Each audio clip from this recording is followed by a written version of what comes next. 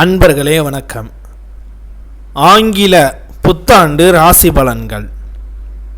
மற்றவர்களை கவரும் வண்ணம் கனிவான பேச்சுக்கள் கொண்ட ரிஷபராசி அன்பர்களே வணக்கம். பிறக்கின்ற ஆங்கில புத்தாண்டில் இருக்கக்கூடிய கிரக நிலைகளின்படி ஏற்ப வாழ்க்கையில் இனி வரப்போகின்ற நாட்களில் பிறக்கப் போகும் சுப மற்றும் அசுப பலன்கள் என்னென்ன என்பதை நாம் அறிந்து கொள்வோம். வாருங்கள். மனதளவில் எதையும் செய்து முடிக்க முடியும் என்ற தன்னம்பிக்கையும் தைரியமும் அதிகரிக்கும். நெருக்கமானவர்களின் பலம் மற்றும் பலவீனங்களை புரிந்து கொள்வீர்கள். ஆன்மீக பணிகளில் ஈடுபாடு மேம்படும். பழக்க வழக்கங்களில் மாற்றங்கள் உண்டாகும். வாகன பயணங்களில் நிதானம் அவசியம். பாகப்பிரிவினை தொடர்பான செயல்பாடுகளில் எதிர்பார்ப்புகள் நிறைவேறும். ஆரோக்கியம் சார்ந்த விஷயங்களில் சற்று கவனத்துடன் இருக்க வேண்டும். உறவினர்கள் வகையில் சூழ்நிலைக்கு ஏற்ப அனுசரித்து நடந்து கொள்ளவும்.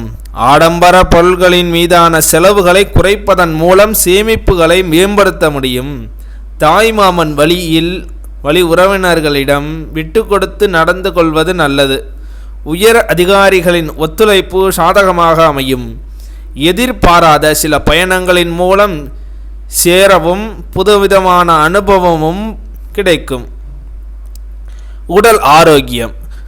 உடல் ஆரோக்கிய செயல்களில் சற்று கவனம் வேண்டும். பரம்பரை நோய்கள் தொற்று நோய்களால் ஏற்பட்ட பாதிப்புகள் படிப்படியாக குறையும்.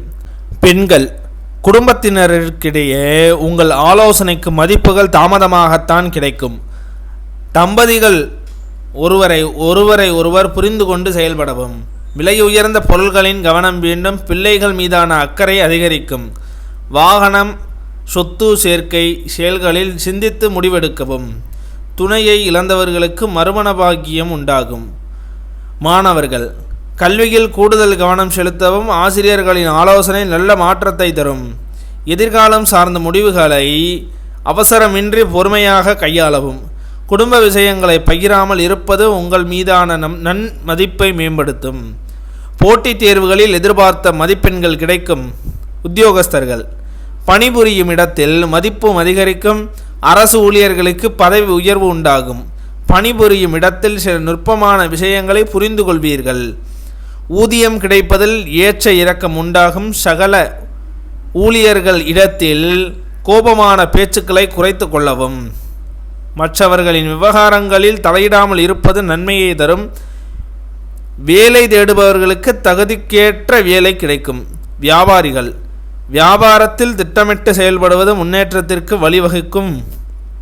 அபிவிருத்திக்கான எண்ணங்கள் மனதளவில் மேம்படும். அரசு வழியில் எதிர்பார்த்த உதவிகள் சாதகமாகும்.